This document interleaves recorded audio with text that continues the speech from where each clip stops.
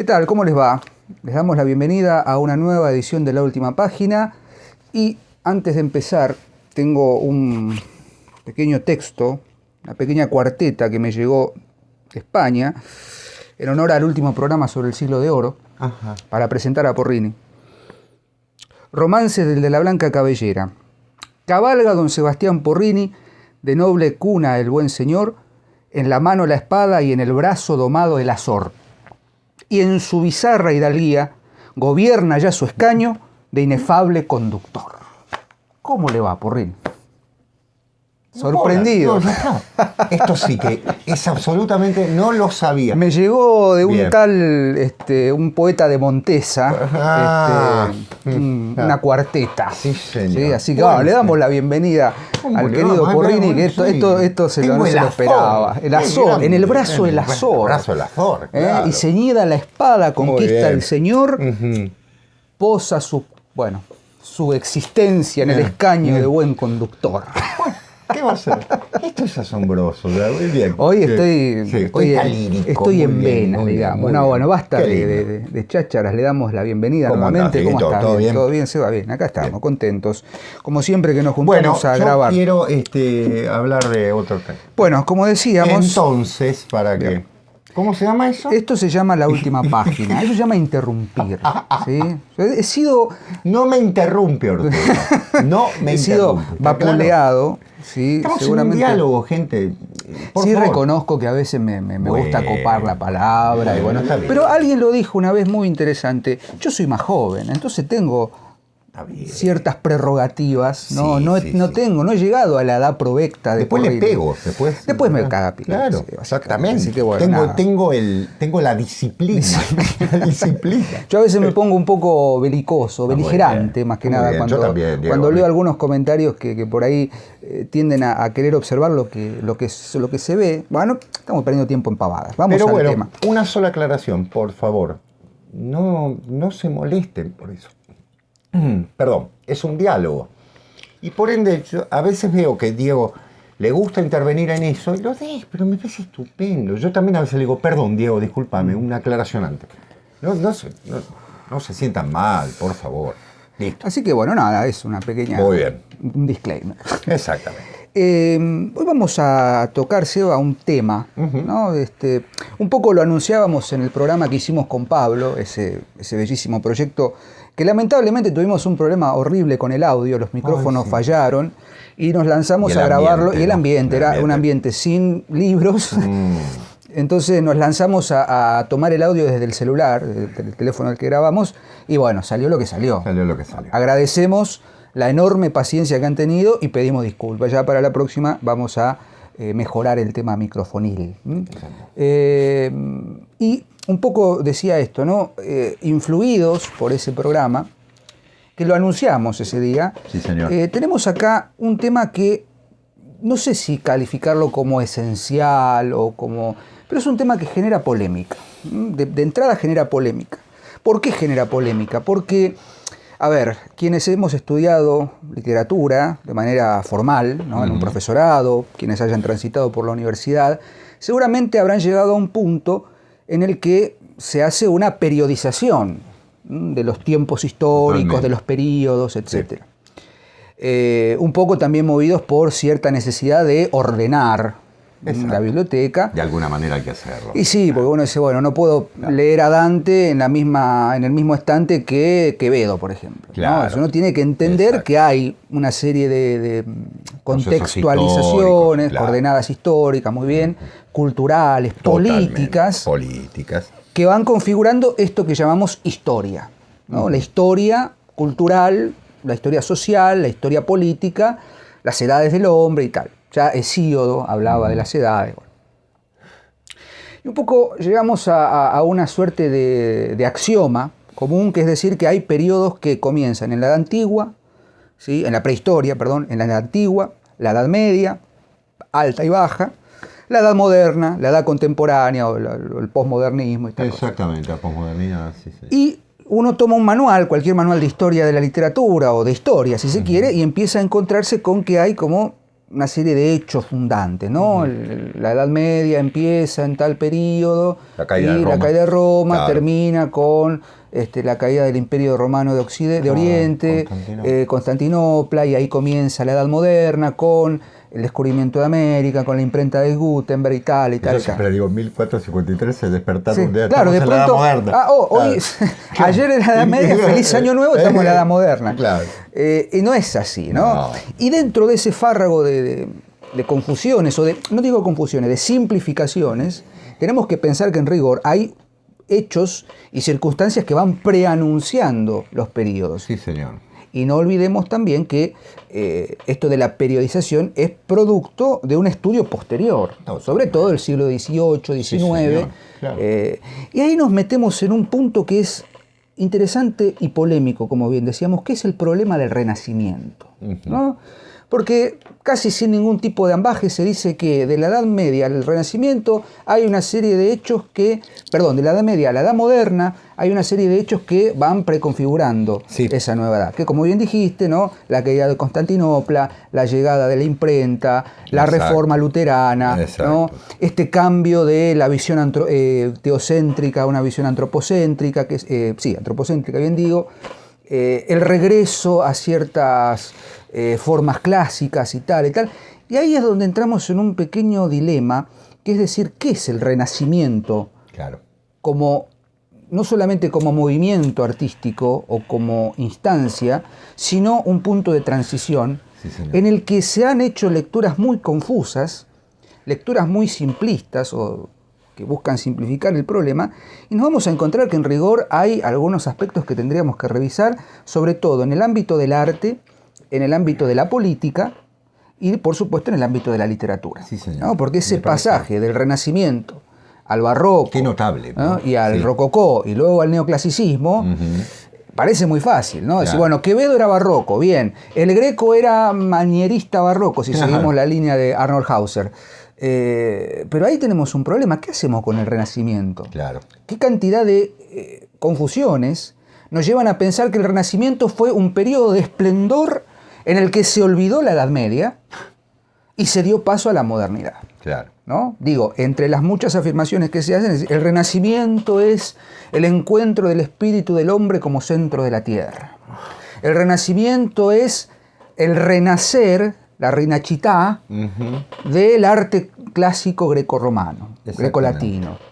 El Renacimiento es la instauración del realismo pictórico, ¿no? Del claroscuro, ¿no? En pintura, qué sé yo, todos los grandes pintores, etc. Pero hay un problema fundamental, y para hablar de esto vamos a tomar la tesis de Johann Huizinga, en un artículo magnífico de 1920 que se llama justamente El problema del Renacimiento, y vamos a ver que, grosso modo, haciendo un excurso, la tesis de Huizinga sostiene que no hay un pasaje tajante de la Edad Media al Renacimiento, sino que incluso se pueden rastrear precursores de lo que luego será llamado Renacimiento. Obvio.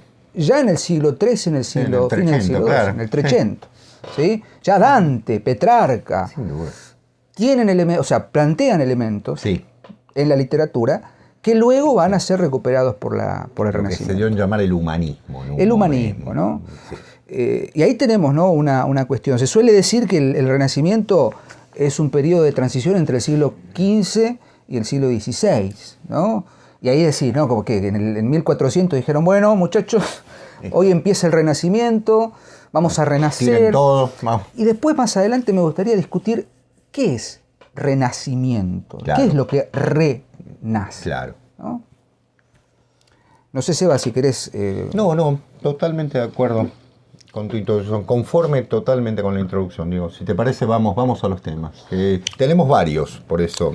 Yo quiero pensar y quiero invitar a los lectores que nos siguen en esto, ¿no? Si uno quiere entender, que también es un principio de lectura de la última página, si uno quiere entender un problema, debe, por supuesto, visualizar esa problemática. Primero. Entonces uno dice, bueno, el Renacimiento, ¿qué tenemos en el Renacimiento? Bueno, tenemos la consagración de la primavera de Botticelli, tenemos, no sé, la cúpula de la catedral de Florencia de Brunelleschi, que es un una obra de arte Una obra, es magnífica. increíble. Uno ve las obras del Renacimiento, bueno, Da Vinci, Rafael Sanzio, y una lista interminable Sin duda. de pintores, de escultores, de Leonardo. grabadores, Leonardo, ¿cómo es el de la melancolía? Durero. Durero. No, digo, y un fenómeno que no solamente se da, que primero nace en Italia y después se va expandiendo hacia el norte de Europa, importado, ¿no? allende, Claro. allende el mar también. Y uno dice, bueno, ¿qué hacemos ante esta fascinación? ¿Cuál es el problema que se presenta? Bueno, el problema es que, justamente, si queremos entender a qué conflicto nos lleva, tenemos que ver qué se leyó del Renacimiento. ¿Cuáles fueron las lecturas que se hicieron del Renacimiento? ¿Cuáles fueron las conceptualizaciones? Y en ese sentido, las primeras 15 o 12 páginas de este texto de Johann Huizinga, El problema del Renacimiento, que se consigue fácilmente En Internet.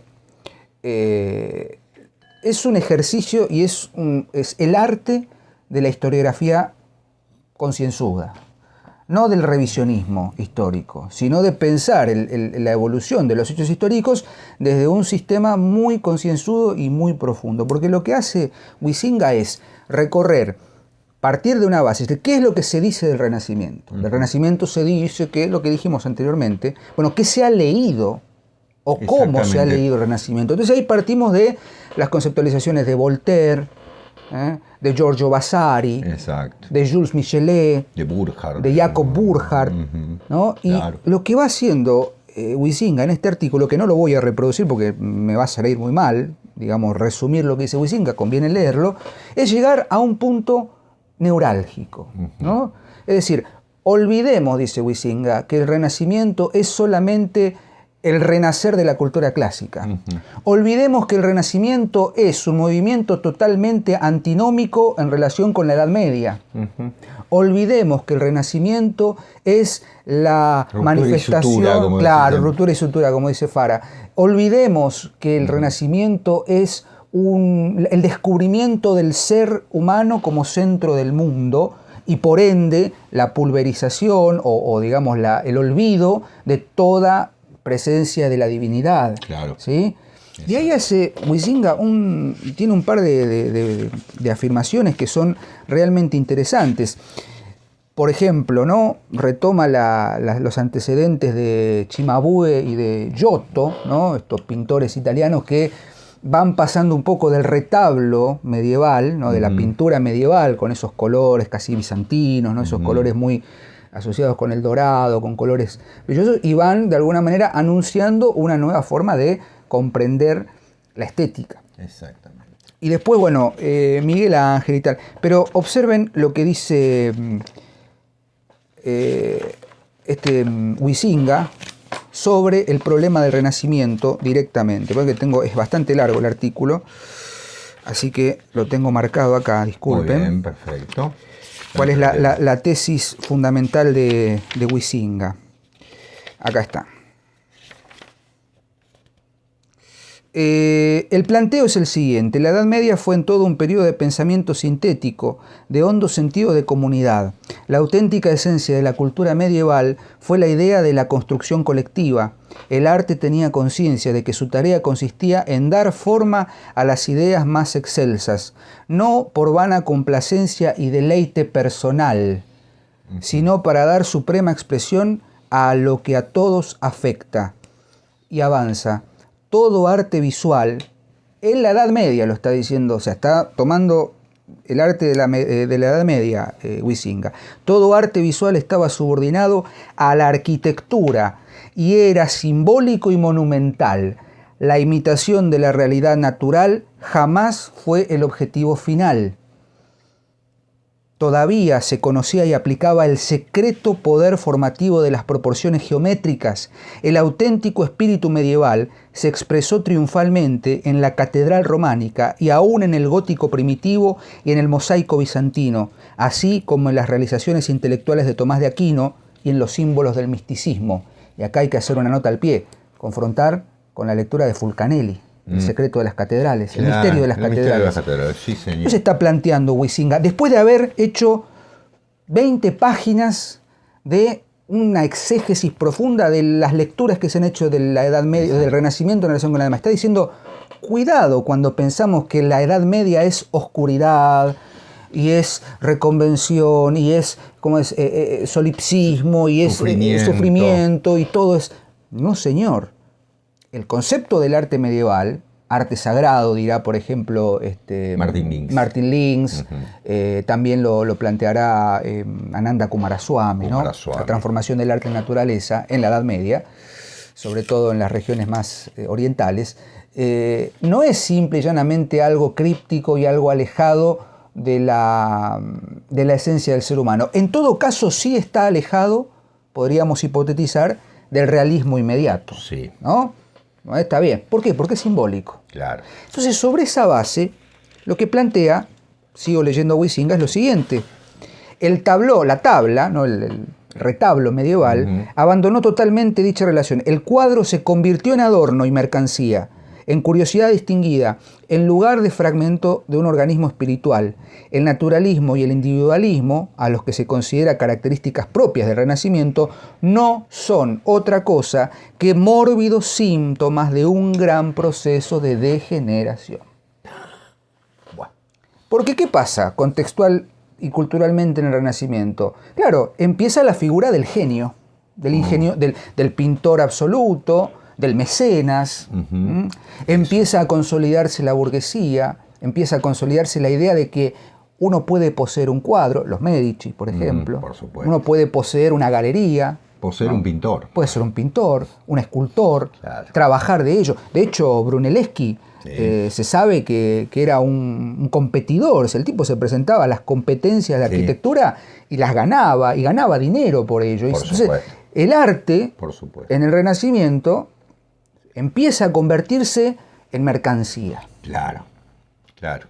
Sin ir en desmedro, por supuesto, de la maravilla artística. ¿No? Eso es otra cosa. Eso es otra cosa. Uno ve la primavera de Botticelli y se queda con la boca abierta. ¿No? Yo tengo acá un hermoso libro, lo voy a mostrar así, grosso modo, para que vayan viendo, que es una colección de un diario que sacó los grandes museos del mundo. Bueno, siempre sale mal las cosas en vivo. Los Uffizi, por ejemplo, ¿no? Tenemos acá un retablo, hace todo un recorrido. Después seguramente vamos a poner algunas imágenes. Pero es un libro muy interesante que uno ve, por supuesto la experiencia de verlo en vivo es otra cosa. Pero uno tiene la posibilidad, gracias a la modernidad, de ver... Eso es Uccello, ¿no? La totalidad de las pinturas y los detalles. Y uno no puede decir, no, esto es cualquier cosa. Por supuesto que no. Es maravilloso. Uno se queda pasmado ante ese arte. Obvio. Ahora, pasada esa primera impresión, como dice Ángel siempre, ¿no? Bueno, ¿por qué me fascina? ¿Por qué me repele? Eso es lectura crítica. Y yo creo que un poco, tirando la primera idea de Huizinga, podríamos empezar a debatir cuál es el problema del Renacimiento. El problema del Renacimiento es que en todo caso se entiende mal el concepto de Rinascita, instaurado por Vasari. Sí. No es que se renace a la cultura clásica. La cultura clásica nunca murió en todo caso. ¿De dónde viene la Edad Media? Totalmente. ¿Qué es un Santo Tomás de Aquino o un San Ambrosio, productos típicos de la Edad Media, sino la idea de volver a girar en torno de la obra de la auctoritas, siempre presente, sea Platón o sea Aristóteles? Estaban presentes constantemente, sobre todo a partir del reconocimiento que se hace de la obra de Aristóteles por medio de los árabes, ¿no? Porque hay que tenerlo en cuenta, es decir, en el siglo XIII llegan las obras de Aristóteles desde Arabia, desde el mundo islámico, que las habían comentado muy bien, ¿no? Valga decirlo, el gran Averroes, por ejemplo. Y es Dante el que dice justamente, el que hizo el gran comento, ¿no? El que hizo el gran comentario sobre esto. Es decir, eso estaba presente. Yo comparto, Diego, vos decías algo fundamental.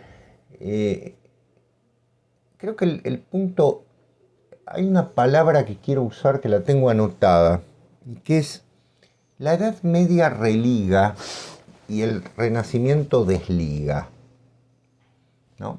Me parece que por ahí puede pasar un poquito. ¿Qué es religar y desligar? Más que antropocentrismo, teocentrismo, ¿no? Que son conceptos a veces un tanto remanidos. Lo que pasa es que la Edad Media es realista, pero es un realismo que es filosófico, porque es el realismo platónico. Es decir, esto no es la realidad es aquello. Entonces el realismo es aquello. Las iglesias, las catedrales tienden hacia la elevación. No son entes que se busquen como reflejo de lo que es profano, sino de lo que es sagrado. La nave, ¿no? Los elementos que la comportan, todas las imágenes geométricas, que Fulcanelli las explica perfectamente, no hace falta que uno las repita acá. Todo tiende hacia una elevación, tiende hacia un religar al ser humano con la divinidad. En el Renacimiento lo que uno observa es un desligar ciertos elementos. Es decir, por eso tal vez una mirada desde un realismo acá. Esta es la realidad. Aquello es el ente metafísico que no se pierde. Después vamos a hablar, se va transmutando en otra cosa. Entonces, si es aquí, la imagen pasa a ser otra cosa. Ahora, valga decir que retomo algo que dijo Diego muy bien, citando a Huizinga, que es que el arte medieval no es un arte mercantil, es un arte sagrado. Y quiero hacer una aclaración. Descubrieron la tercera dimensión. No, gente, los egipcios tenían tercera dimensión, pero no la usaban para la pintura por una cuestión sagrada. Es decir, solo nosotros podemos ver dos dimensiones, en tanto esas dos dimensiones son la representación del límite humano. Lo otro, la profundidad, es propia de las divinidades, por eso no podemos acceder. Por eso cuando en los textos sagrados se prohíbe la pintura, ¿qué tipo de pintura se está prohibiendo? Es decir, el arte sagrado tiene que ser un arte que, por ejemplo, el icono ruso, por poner por caso, nadie hablaría de falta de belleza en el icono. Bueno, eso es un arte sagrado. El arte sagrado medieval, en el caso de la cristiandad, también. Los iconos cristianos de Occidente, o como citaste, los bizantinos, no es que los bizantinos no iban a saber con la tradición griega, no iban a saber la tercera dimensión, por favor, pero claro que sí. Pero no la usaban justamente porque era una tensión de la presentación de la realidad tal como los seres humanos podemos verla y no como la ve Dios. Es decir, los templos están hechos para enseñanza de los hombres, de los seres humanos, no de Dios. Y para mayor gloria de Dios, por supuesto. Entonces no es que nos despertamos y nos dimos cuenta de que éramos unos niños. Eso es una teoría positivista, iluminista de la peor calaña.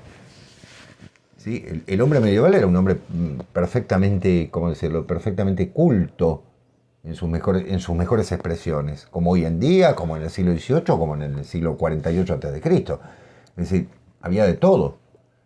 Pero lo que no me van a venir a decir que Brunelleschi, o no sé, o qué sé yo, o el anónimo, porque eso también, muy bien digo, es un arte colectivo, es un arte anónimo, en algún sentido. El anónimo picapedrero de Reims era un tipo que tenía en claro, muy claramente, que tenía que tallar, pero por supuesto. De hecho, las tallas que hay no son tallas de vamos a hacer una guarda. No, claro, no está haciendo una guarda. Como las guardas incaicas en América, no son guardas para decorar, son guardas simbólicas. ¿Sí? En toda tradición tiene que ver con eso. Entonces, el Renacimiento me parece que vino a desligar, a hacer un arte que comenzó con una gran altura, comenzó a ser un arte para ser conservado. Nace el museo, señores. Nacen los museos. Entonces el arte va a entrar en otra puerta, que hoy en día lo seguimos debatiendo. Ustedes habrán visto los grandes debates. Yo siempre recomiendo ver, lo dice muchísimo mejor de lo que puedo decir yo, Avelina Lesper, la gran crítica mexicana. Ella, la vez pasada, citaba la idea de que todo lo que esté dentro de un museo es arte. Por supuesto, criticando esa postura. Entonces vos ponés esto adentro de un museo, separa gente, es arte. Bueno, qué sé yo. Y es discutible, porque se supone que en un museo hay arte. Si es un museo de arte, ¿no? Obviamente. Si yo le pongo afuera museo de arte decorativo y pongo basura tirada, debe ser arte. Qué sé yo. ¿Sí? Entonces nace una concepción diferente. En ese sentido, la concepción estética de lo medieval, que era románica y gótica, pasa a ser, con el Renacimiento, una concepción de palacio. El castillo es palacio. Y entonces, por ende, así como el castillo es palacio, también el arte que venía a representar la realidad de ese mundo ultraterreno, ahora es decoración. Por supuesto que es un arte hermoso, Sí, no me no, cabe sí, duda, claro. pero no es un arte con el mismo sentido que tenía anteriormente. Aunque, como bien dice Huizinga, recibe de la Edad Media un regalo en las manos así, que va a tener que seguir usando, ¿no? Y que el barroco va a retomar muy Por supuesto. fuertemente. Perdón, Diego, me No, excedí no, yo. pero esto que decís tiene mucha fuerza en el sentido, me gustó mucho esto de religar y desligar. Para tomar otra cita, yo me tomaría 2 horas para leer todo el artículo de Huizinga y Es comentarlo, maravilloso. pero Léanlo. observa lo que dice Huizinga en la página 21. Para nosotros, y atención, porque el nosotros de Huizinga es nosotros los historiadores, ahí hay un guiño Claro. a los historiadores, Sí, ¿no? señor. Se ha criticado mucho a Huizinga, ¿no? Es espiritualista, como le dicen, ¿no? Lean El otoño de la Edad Media y van a ver, esto está llevado a la máxima exponencia, ¿no? Dice, para nosotros, que volvemos la vista hacia el pasado y juzgamos por los resultados, págate, ¿no? Solo, o sea, ese nosotros es engañoso, ¿no? Totalmente irónico. La distancia que separaba a los humanistas literarios de los bíblicos parece mayor de lo que era realmente. La idea que inspiraba a ambos, fíjense lo que hace ahora Huizinga, ¿no? Los humanistas bíblicos, los exégetas, Edad Media, y los humanistas modernos, renacentistas, etc. La idea que inspiraba a ambos lleva el mismo sello distintivo, aunque la mente de uno era menos piadosa que la del otro. Ambos se hallaban imbuidos de cierta nostalgia de la antigua primitiva pureza y de la aspiración de renovarse interiormente, ya fuese que dirigiesen sus anhelos hacia el cristianismo primitivo, hacia la noble y bien gobernada Roma de los Catones y Escipiones, o hacia la latinidad pura, la poesía perfecta y el arte redescubierto, siempre se trataba de anhelo de retroceder en el tiempo, renovatio, restitutio, restauratio. Claro, las 3 R's claves de la, ¿no? Esa es de la traditio. de la traditio. Esa es la esencia del renacimiento. Renovatio, ¿no? Renovatio, restitutio, restauratio. Renovar, muy bien decir, restituir y restaurar. Renacer. Claro. Religar. Claro. Que en realidad no es algo nuevo, digamos, No. sino recuperar lo que ya ha sido. Hay una mirada desde el punto de vista casi por eso la melancolía. La melancolía de Durero. De Durero. Está muy bien analizada ese grabado, analizado, en el hermoso libro de Ángel Fareta, al que ya estamos ahí, de dedicarle el programa, La traducción de la melancolía, Sí, que hace un exquisito análisis, un poco motivados por la lectura de ese libro. Estamos como entrando en calor, prendiendo señor. motores, porque vamos a retomar estos temas, ¿no? Cuando analicemos la traducción de la melancolía, es un tratado Grande. de poética de Ángel Fareta. Sí. Pero hay un elemento, y con esto te cedo la palabra hacia lo importante que es la lectura política, pero hay un elemento fundamental que está en el Renacimiento, que está en la Edad Media, que es el factor religioso. Claro. ¿No? ¿Cuál es el gran problema religioso del Renacimiento? La Reforma. Claro. La Reforma protestante. Sí, señor. ¿No? Una suerte de no quiero ser malo, ni cometer errores. Pero desde mi punto de vista es como... Ese pecado, error. Sí, es un poco una suerte de desmistificación de la fe, la Reforma. Sí, claro. ¿No? Es decir, y por ende surge la contrarreforma, ¿no? Letra supra spiritus. Letra supra spiritus. Y no olvidemos que en el mismo periodo, o hacia fines, o lo que ya más centrados en el barroco, que es un poco lo que Ángel también denomina como un espacio en el que se reubica la diáspora, ¿no? aparecen los místicos Claro. españoles, aparece San Ignacio de Loyola y aparece una revitalización de la figura de San Francisco de Asís. Claro, ¿No? claro. Y un poco esa disputa religiosa entre la religión como secularización Claro. y la religión como lo que debe ser, un religar hacia una esencia trascendente, originaria y tal, está en disputa. Entonces parece ser que recuperar el arte, o sea, la mirada clásica del greco-romana, greco-latina, es una forma de volver a una instancia mítica, pero siempre en el plano de lo alegórico. Porque ¿qué es la primavera de Botticelli? Es una alegoría. Es una alegoría. No es un símbolo. Claro. O sea, falsamente se ha leído que eso es una suerte de instauración de una nueva forma de entender el arte. El arte, como bien decía Sebastián, de museo. De ¿no? museo. El arte como Hoy, ¿dónde está? contemplación. En los Uffizi. En los Uffizi, ¿no? Está en un museo. Está en un museo. Y está... Y vos no podés arrancar un mosaico bizantino de una iglesia. Pues sería directamente quitarle todo el sentido que tiene. Por la forma solamente. No tiene esta forma. Tiene una forma abobada. Abovedada, perdón. Los frisos del Partenón. Claro. ¿No? Bueno. Uno, al que ha tenido la oportunidad, gracias a Dios, yo he tenido la oportunidad de verlos en el Museo Británico. Están descontextualizados. Pero a mí me generó llanto. Sí, me quebré cuando entré y vi pedazo de la historia de la humanidad expuestos en un museo. Digo, después si quieren charlamos, de si está bien, no está mal, no importa, no es el objetivo ese. El objetivo es analizar críticamente. Totalmente. ¿Qué está pasando ahí? Claro. O sea, yo voy y soy más culto porque pude ver los frisos del Partenón ahí. Ah, claro. Tenemos el beneplácito de poder haber asistido a una manifestación del arte en su estado puro. Pero puesto en contexto es otra cosa. Sí. En el Partenón sería En el Partenón sería otra cosa. Claro.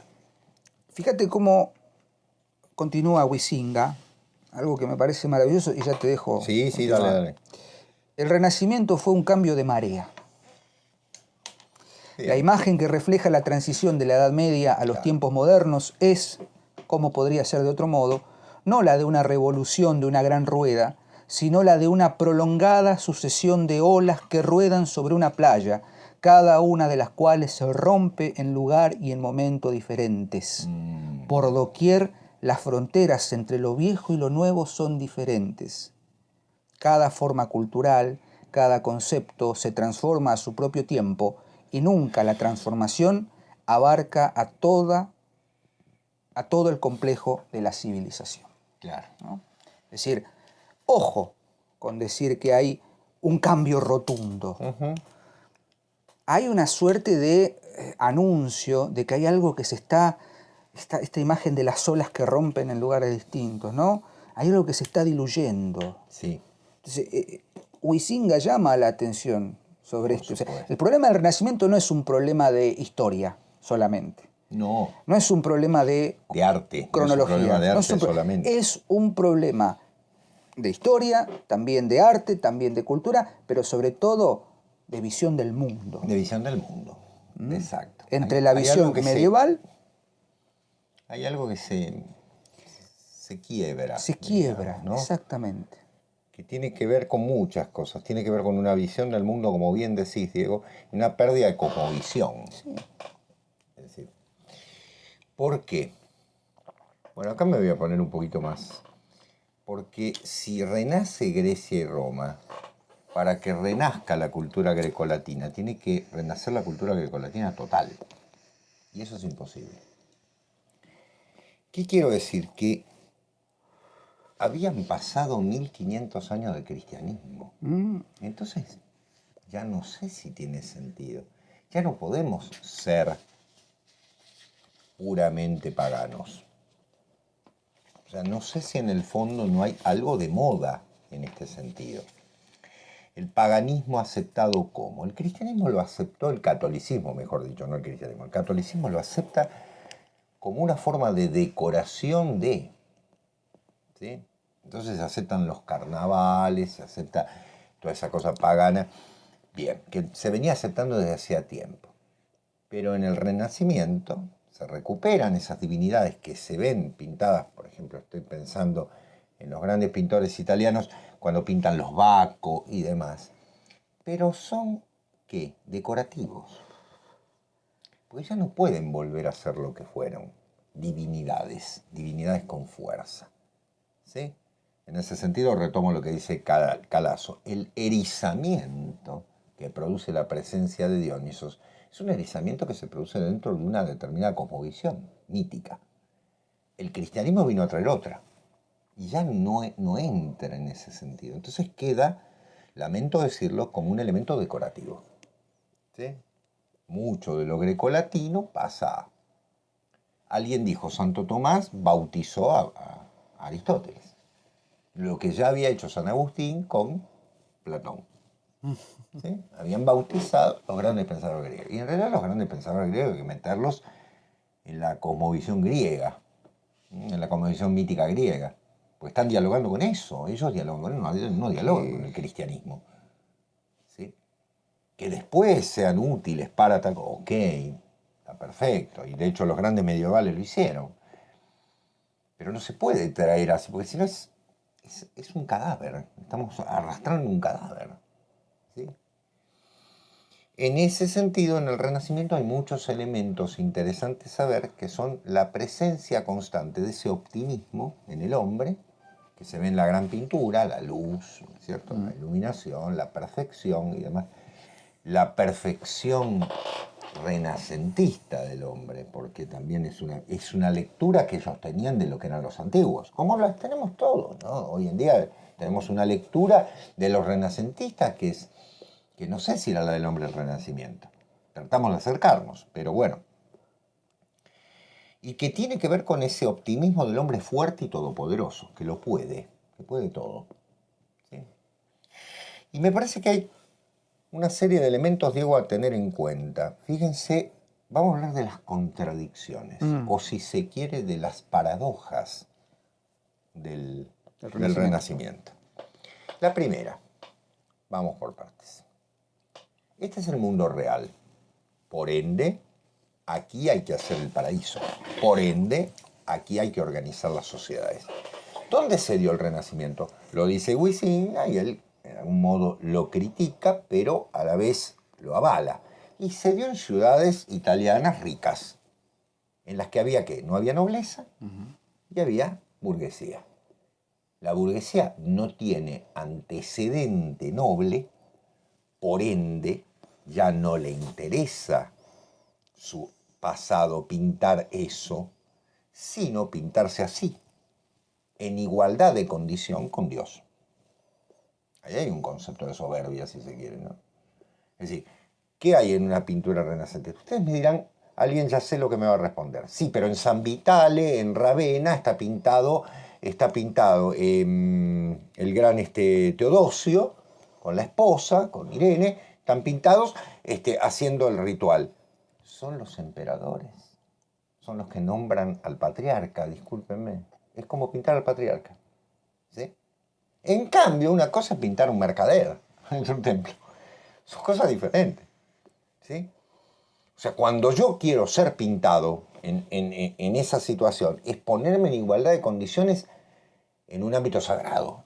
Es muy difícil, es hasta complejo para entenderlo. Esas primeras paradojas, ¿no? Esta condición del ser humano en tanto, lo que decíamos, en tanto hombre fuerte, en tanto ser humano todopoderoso poniéndose al mismo nivel. En segundo lugar, si el realismo era la realización del paraíso en la tierra, ¿me quieren decir qué género triunfó en el Renacimiento sobre todo? Inmediatamente. Les estoy hablando del año 1520. O sea, ahí, cuando el Renacimiento se da un género literario nuevo, las utopías.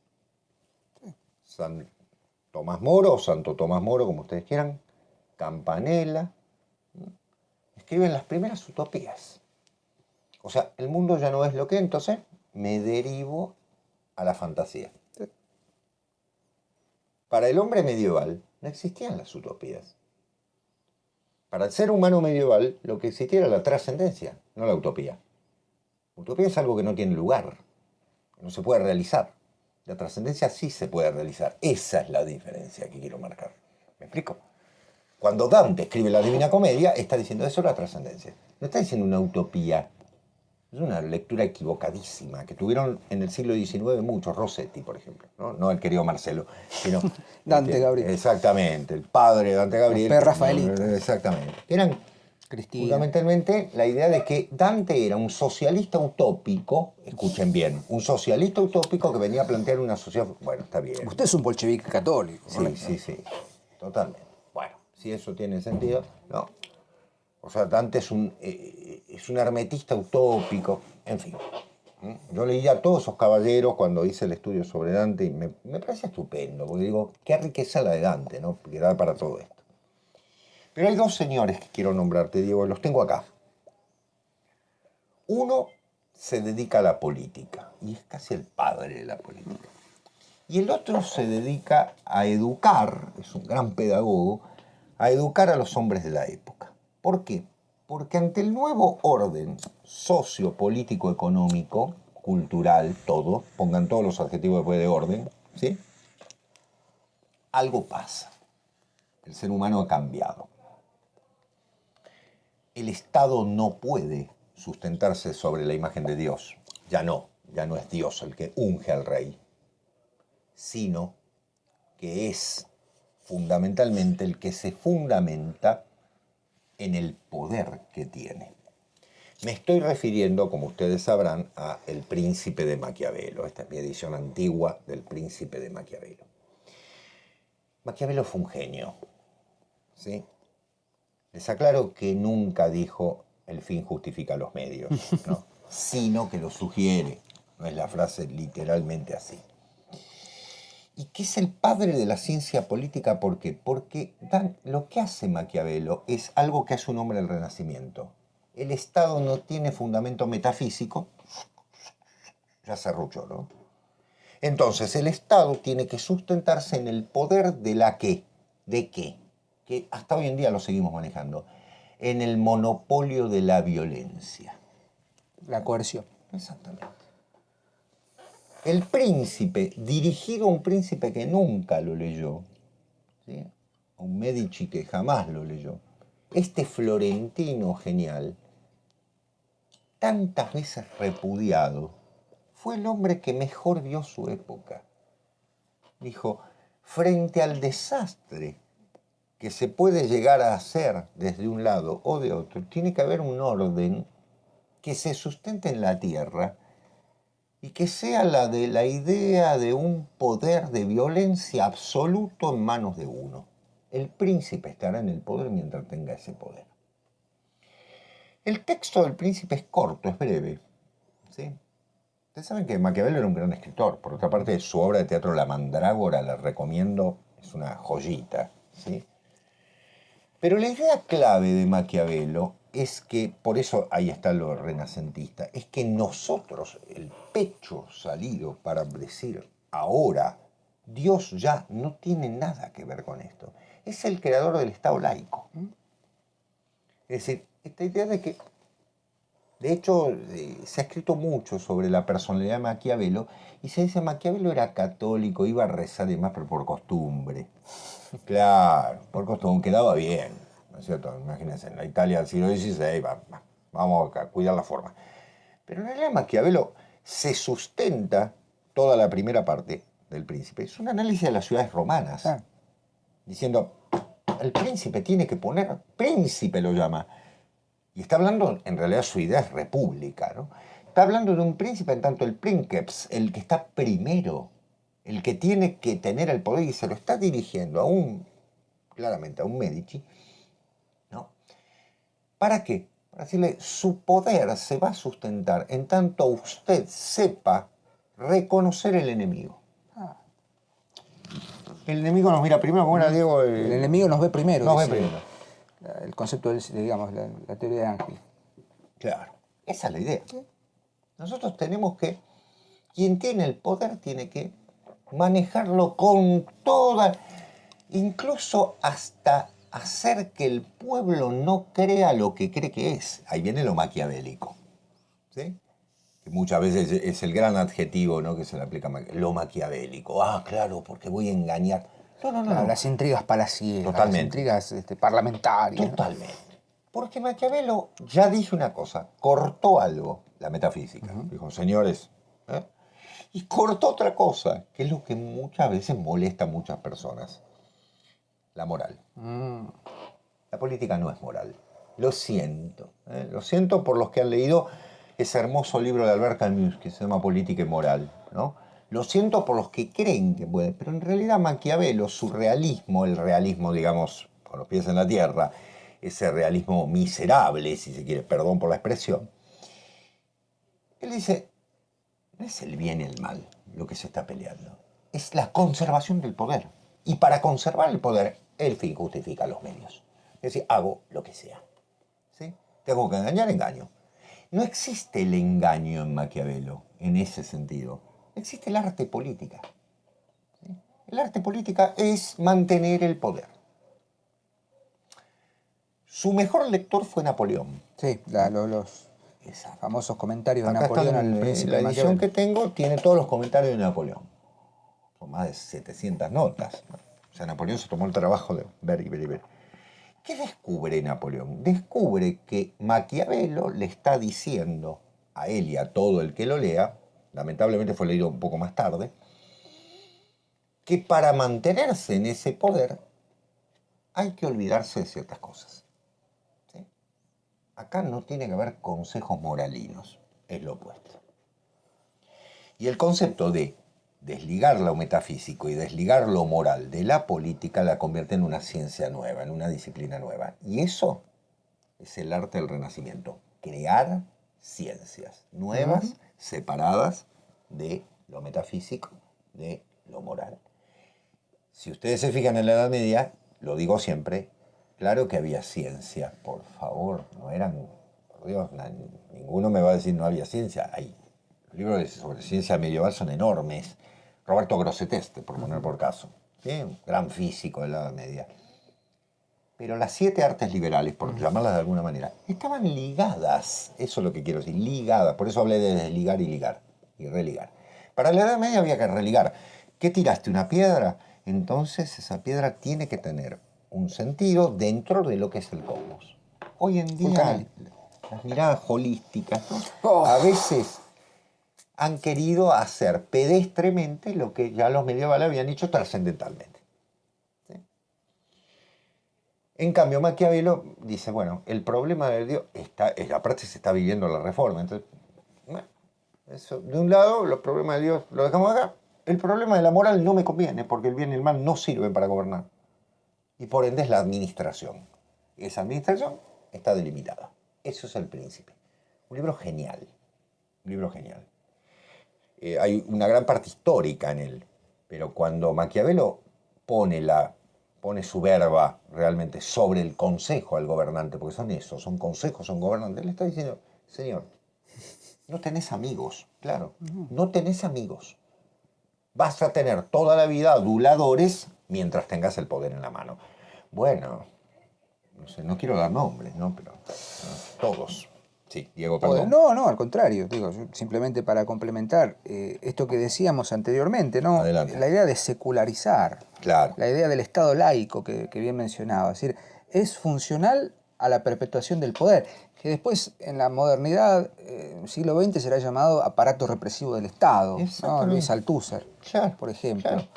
Bueno, que le dio caldo gordo a gente como Foucault, como Gramsci, etcétera, etcétera. La ciencia política moderna exactamente. bien debería retomar un poco la lectura más crítica de Maquiavelo y ponerla en contexto.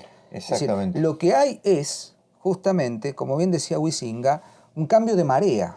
Exactamente. Es decir, es como despedir, más que despedir, eyectar. Sí. Esto no nos conviene. No nos conviene. ¿Por qué? Porque aviva. Claro. Y porque la religión va a ser usada políticamente. Sí, bueno, la reforma. A ver, ya hay un preanuncio con las herejías, ¿no? Con estos Sí. movimientos mendicantes y tal, ¿no? Como Sí. esta idea de que, bueno, Catarismo, ¿qué onda? Móvil. ¿Qué onda Roma, no? ¿Por qué Roma si tiene palacios de oro? San Francisco de Asís, San Ignacio de Loyola. Claro. Dos objetivos diferentes, Exactamente. ¿no? Hay un problema en el que la religión es materia de política, lamentablemente. No sé si lamentablemente, pero digo, y en el Renacimiento, eso está a flor de piel. O sea, Maquiavelo viene, como bien dijiste, a decir, bueno, no, dejemos lo religioso para acá, la moral para allá, y vamos a centrarnos en lo que importa. Totalmente. Es la instauración más, voy a decir la palabra clave, omnímoda del hombre, instaurado en un aquí y ahora. Exacto. ¿No? Exacto. Claro, muy bien, totalmente. Esa idea de que vos hiciste recién una pregunta, digo, creo que fue una pregunta. La política es parte de la metafísica, para los que creemos que hay una trascendencia, ¿no? Por supuesto. Después lo podemos discutir y ustedes me dirán, no estoy de acuerdo y yo respeto todas esas. Pero cuando la política es la dueña de la religión, no de la metafísica, porque nunca la puede abarcar, pero sí de la religión, chao. Chao, sonamos. Claro. Es el gran problema que tenemos los católicos hoy en día. Claro, exactamente. Saber discernir entre religión y administración de lo sagrado. Vos fíjate que el mismo Cristo dice, dad al César lo que es del César y a Dios lo que es de Dios. Viene y raja patadas a los mercaderes del templo. Dice, muchachos, no jodamos porque no es por ahí. Claro, exactamente. Y hay algo clave, el político como personaje central del Renacimiento, ¿no? Ese príncipe que Francisco I de Francia, Carlos V de Alemania y de España, primero de España, Felipe II, que ya tiene un aire de barroco, ¿no? Y los grandes príncipes italianos, y me atrevo a decir Isabel de Inglaterra, ¿no? Claro, esos personajes notables, Guillermo de Orange en el caso de Holanda y demás. Miren esto, el consejo. Nota bien que el que te pide la neutralidad no es jamás amigo tuyo. Y que por el contrario, lo es el que solicita que te declares en favor suyo y tomes las armas en defensa de su causa. Los príncipes irresolutos que quieren evitar los peligros del momento abrazan con la mayor frecuencia la vía de la neutralidad, pero también con la mayor frecuencia caminan hacia su ruina.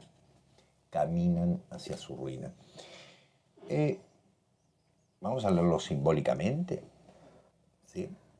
A ver, vamos a hacer una metáfora. Supongamos que tenemos un gobernante que no tiene poder propio y que es un poder delegado, ¿sí? O sea, el poder pasa por otro lado, pasa por otra persona y demás, por otros poderes y demás. Esa persona es dependiente, por ende no es un príncipe, por ende no va a tener nunca el poder, por ende va a ser usado. Y en algún sentido, lo único que le resta es cortarle la cabeza a quien tiene el poder, para hacerse del poder, dirá Maquiavelo. Si no, será un títere. Ese es el problema fundamental que ve Maquiavelo en esa época. Por eso le está hablando a un Medici, ¿no? Que es un burgués venido a príncipe, al que le dice, chiquito, vos no tenés pasado, vos no sos un Borbón, vos no sos un Hannover, vos no sos un Sforza, no sé, o qué sé yo, esa es la familia, o un Avis en Europa, o un Plantagenet en Inglaterra. Sos un Medici, que hace 100 años vendían telas, ¿sí? Eran tenderos. Entonces, ¿qué le está diciendo? El poder no lo tenés que buscar en tus ancestros, ni el poder en esa gloria pasada, porque no existe, sino leer la historia para hacerte del poder. Por eso le aconseja leer la historia para hacerse del poder. ¿Sí? Bueno. No, es muy interesante, y ya mira cómo abrís el tema. Dijiste, antes de grabar dijimos, bueno, tenemos 5 horas, ¿no? Para grabar esto, porque empiezan No, en el otro voy a ser breve. A salir ideas, ¿no? Pero esta idea de que no hay pasado, porque claramente ese pasado, no hay tradición, no hay aristocracia. No, claro. No hay aristocracia, porque el gran invento de la modernidad es la burguesía, entre otras cosas, ¿no? y esta cuestión muy clara que queda ahí picando, que es, tenés que hacerte del poder y tenés que crear poder, y Sí, el poder señor. se crea por la fuerza. Sí, señor. To Muy bien, rule Diego. by fear, ¿no? Exactamente. Gobernar por el miedo. Por el miedo. Eso Hobbes. se hizo, ¿cómo? Hobbes, claro. Eso se hizo carne y sangre Totalmente. en toda la edad moderna y en toda la edad contemporánea, y la edad contemporánea que vivimos ahora. Porque digo, voy a decir algo que te va a gustar y te doy el pie para que lo desarrolles. Vos decías, no hay aristocracia. Muy bien. En la Edad Media, ¿quiénes iban a la guerra? La aristocracia. ¿Quiénes tenían las armas? La aristocracia. ¿Quiénes morían en las batallas? La aristocracia. Porque estaban para eso. Eran la casta guerrera. La Ilíada. Lo decíamos un poco en el programa. Muy bien, exactamente. Ahora, ¿qué se crea? Se crea la idea del príncipe guerrero, pero ya no es la aristocracia, sino es el poder, lo que da pie a los ejércitos masivos. ¿Sí? Ahora van a ir a pelear todos. Yo tengo el poder, sobre esto van todos.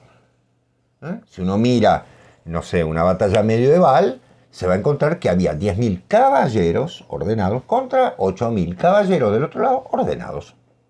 Y los escuderos, que eran los que estaban aprendiendo. Y la batalla tenía ciertas reglas. Esas reglas de ajedrez se destruyeron. En Azincourt, posiblemente, sea la primera gran batalla moderna. En el siglo XVI ya está. Va al pueblo, mandan al pueblo, lo mandan encadenado. ¿Sí? Mandan a las galeras al pueblo a pelear en las batallas de mar. ¿Por qué? Porque el príncipe ahora es el poder, es el guerrero, está asumiendo dos cosas a la vez, pero fundamentalmente es el director político de una sociedad, que tiene que tener cierto refinamiento. Y relaciono el cortesano de Baltasar Castiglione, Baldassarre, me sale en italiano. Baldassarre Castiglione. ¿Esto qué es? Voy a ser breve, Diego, para no irnos más. Esto es un manual del buen gusto del Renacimiento. ¿Cómo tiene que ser el príncipe? Tiene que ser, miren cómo se llama, el cortesano, il cortigiano en italiano, ¿no? ¿Qué es el cortesano? Es un libro bellísimo.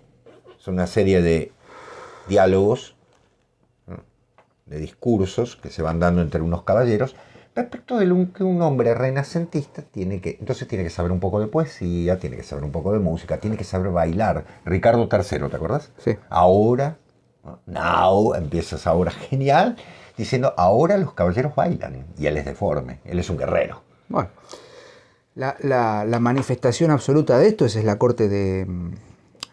¿cómo es? Luis XIV. Claro, posteriormente va a dar posteriormente, esa cosa. ¿cuál es la Ahí magnificación está. del príncipe Maquiavelo? Sí, en el claro. siglo XVII, L'État-c'est-moi, la corte de Versailles, Exacto. los códigos de vestimenta, Exactamente. hay que caminar con el meñique sostenido, papá, y venía Luis XIV, ponía el golpe, papá, y dice, bueno, ¿cómo es? Le moi, yo soy el rey, yo soy el... Y un concepto fundamental, el concepto de Estado. Estado. Bien. El Estado. Nace ahí, muy bien. ¿No? Estado no solo entendido como una condición burocrática, administrativa, sino llevándolo a la filología castellana, Estado, en el sentido, esto es el ser, Claro, el estar es lo que así. está, claro, ¿no? exacto, el es lo que estatus. está, el estatus, ¿no? Esto es, esto está, Exacto. ¿no? El realismo opuesto acá, ¿no? Claro. Puesto acá. Vos sabés que Castiglione, yo había notado algunas cosas, digo, para no... Dice, me pregunto yo, ¿qué requisitos o características debe cumplir el nuevo modelo de hombre o de ser humano de importancia en el siglo XVI? Eso es el cortesano. ¿Qué requisitos tiene que cumplir? Ya no es un guerrero medieval, ya no es el templario que se corta el pelo a hachazos. Claro, se cortaban el pelo con a los hachazos, sino ahora perfumes, sedas, Claro, sedas. pero a la vez guerrero. Entonces, ¿no?, refinar la guerra, convertirla. ¿Por qué? Porque también ellos van a luchar, pero van a mandar a morir a otros. Totalmente. ¿Sí? Y la última paradoja, Diego, porque no sé, estamos muy lejos, ya no fuimos mucho del tema. ¿Qué es el tiempo, Borrini? ¿Qué es el tiempo? El tiempo es. El tiempo es. El tiempo es el que es. El tiempo es el que es. Muy bien. La gran paradoja, la luz, Diego. La luz de las ciencias. Nos han enseñado, uy, el Renacimiento descubren la ciencia, se pone con la matemática, ¿no? Como si Luca Pacioli, sí, claro. Se ponen con la matemática. Con la mano, ¿Qué tipos piola? Claro. ¿No? Estos tipos saben, ¿no? Estos tipos saben, agarraban un abaco, ¿viste? Y contaban, que hay gente que sabía contar, ¿no? Bien, ya descubrieron que la Tierra era esférica, sabían que era esférica. Perdón, eso ya lo sabían, no sé, Magoya, no todos lo sabían. Bueno, Dante lo tenía bien. Muy bien. Tanta luz, ¿no? Que ya en el número áureo de Luca Pacioli ya estaba anunciado todo el hecho de la matemática como un elemento de trascendencia, el número áureo y demás. Pero bueno, vamos a dar el gusto, ¿no? Supongamos que es así. El siglo XVI encuentra a Marsilio Ficino, a Pico della Mirandola. Pico della Mirandola. Exactamente, a todos los popes del pensamiento renacentista escribiendo sobre todo esto. Arte, matemática, todo muy bien. ¿Y lo otro que estaban escribiendo qué era? Hermetismo, alquimia, teurgia. Pero como eso no es oscuro, ¿no? Bueno, el tema es que el renacentista, como vi, y ahora retomo lo que dijo Diego y me callo. Retomo lo que dijo Diego muy bien. El renacentista todavía en ese momento sabe que la Edad Media, esa Edad Media todavía le imprimió un sello y sabe que hay una trascendencia a la que la ciencia no va a acceder. Entonces está lo otro. Pero voy a usar el recurso. Como no lo puedo decir para todos, lo voy a ocultar. Por eso el ocultismo. Es decir, ¿qué resurge? Cierta cosa. ¿Qué debo? Esto sigue estando. ¿Qué hago? Los grandes escritos de Marsilio Ficino sobre hermetismo nos revelan que no era John Dee. Claro. John Dee, exactamente, en Inglaterra, ¿no? Asesor de Isabel. Rodolfo II de Habsburgo, el rey de los... Decís Habsburgo y hay que ponerse de pie. De los alquimistas, ¿no? Es decir, ¿qué había detrás de esto? ¿Por qué convive todo eso?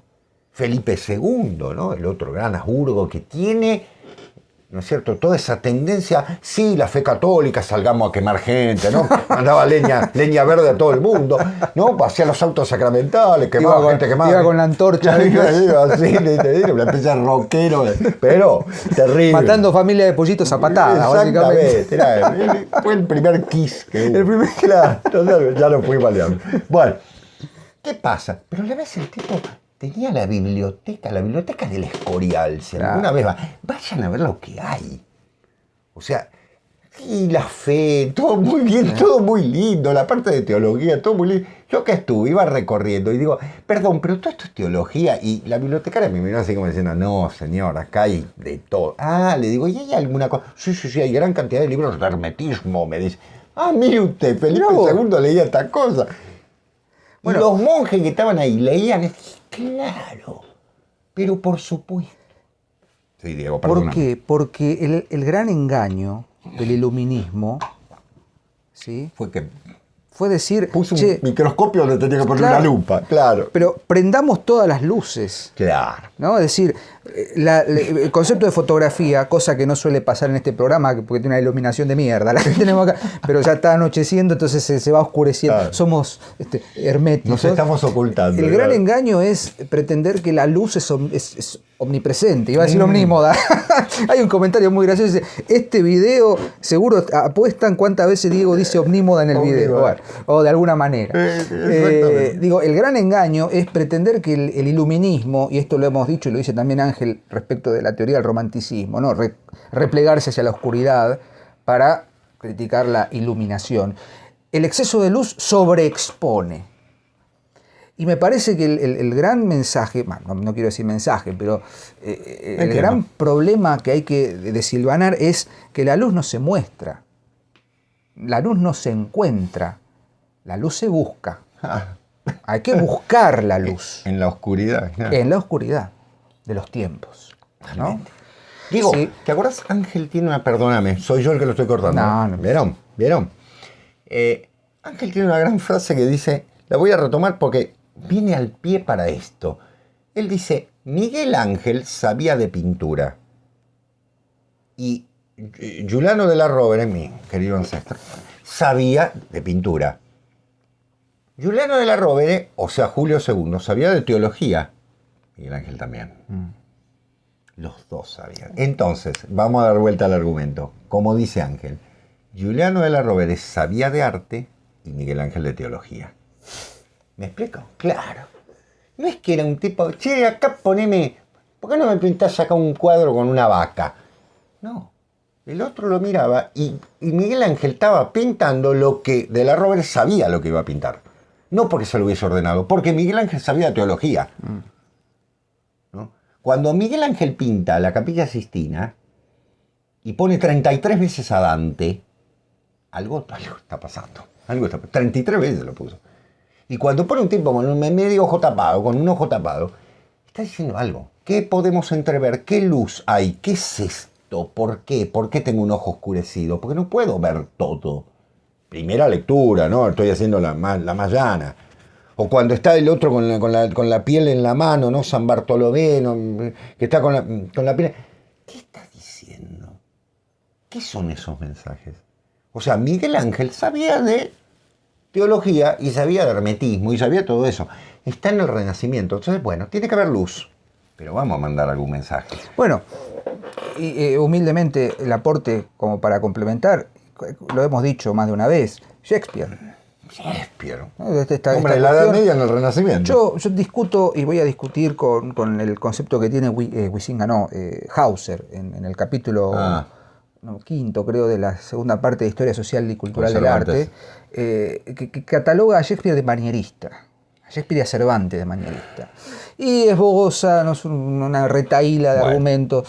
Muy bien, adelante. Qué sé yo, digo, no, me parece que Hauser, muy funcional a sus fines estéticos, quiere hacer una periodización. Arnold Hauser, ¿no?, el gran autor de historia social, que son 3 tomos, librazo, ¿no?, para entender. Pero cuando empieza a hablar de Shakespeare, olvida, o no sé si por voluntad o por intención, olvida que Shakespeare es un escritor que sabe de teología, que sabe de hermetismo y sabe cómo mostrar eso sin exponerlo. ¿No? Exactamente, es un maestro. Exactamente, Diego. ¿Lo muestra? No dicen el hombre No sé, es padre, claro, el hijo. No hace falta. Macbeth. Claro. Enrique V. Enrique V. ¿No? Sí, señor. La que vos Esa quieras. cuestión de cualquier obra. Sí, sí, sí. El mal, ¿no? Eso para otro tema, pero mismo en La Tempestad. Bueno, claro. La Tempestad es un tratado alquímico sobre el poder. Claro que sí. Porque Shakespeare está plantado en fines Por eso es en de la Italia. época isabelina. Próspero, ¿no? Antonio, Exacto. Fernando. Porque es muy probable que 70 años después de muerto Maquiavelo, es muy probable que Shakespeare supiera las ideas de ¿Qué Maquiavelo. son 70 años? Nada. 70, sí, son muchos, 70 años, por supuesto, pero digo, en la historia de la cultura y de la... Estos hombres llegaron estaban leídos. ahí, estaban como las reverberaciones estaban Totalmente. ahí. Es decir, Shakespeare no era un escritor isabelino, porque escribía teatro isabelino solamente. Claro. Ojo claro, con eso. claro. Digo Shakespeare como puedo decir otros ocurre, autores. Diego, Vos dijiste vos recién. dijiste algo genial. Shakespeare es un escritor manierista, dice Hauser. Sí. Claro, porque Hauser ve, el manierismo empieza en 1580 y termina en 1630. Bueno, perfecto. ¿Cuándo vivió Shakespeare? Y murió en 1616. Entonces manierista. No, a ver. Claro, o sea, hay una. Es como decir, nosotros estamos viviendo un tiempo posmoderno. Yo no me defino como posmoderno. Claro, me no. refiero como apocalíptico, diría y monárquico. el Emir Sola. Claro, monárquico. Es decir, vivo en ese tiempo, vivo en un tiempo de posmodernidad, pero humildemente no comparto la visión de la posmodernidad. Ahora, estoy inmerso, Shakespeare también estaba inmerso en el manierismo, estaba inmerso en el mundo moderno que se desarrollaba en ese momento. Pero era un hombre de la Edad Media. Sí. Era una concepción medieval. Lo dice Martin Links. Claro. Lo mismo que Cervantes. Cervantes es un hombre de la Edad Media. Totalmente. Que obviamente vieron el Renacimiento, lo entendieron y dijeron, podemos usar estas cosas. Pero con ese principio de barrocos casi, claro. y de no exponer. No, por supuesto. Porque son inteligentes. Mostrar. Señalar, indicar. Claro. Dejar. Exacto. Migas. Como el cuadro del Greco, ¿no? Como Claro. decías vos. El entierro del Conde de Orgaz. En el entierro del Conde de Orgaz, ¿no? Que también catalogado como manierista. Bueno, qué sé Bueno. yo. Bueno, no sé. Sebastián, nos hemos quedado... no nos quedamos sin tiempo, pero me parece que ya va 1 hora 10 minutos. Uy, listo. Ya está. Hemos tratado humildemente de hacer una aproximación al problema del Renacimiento.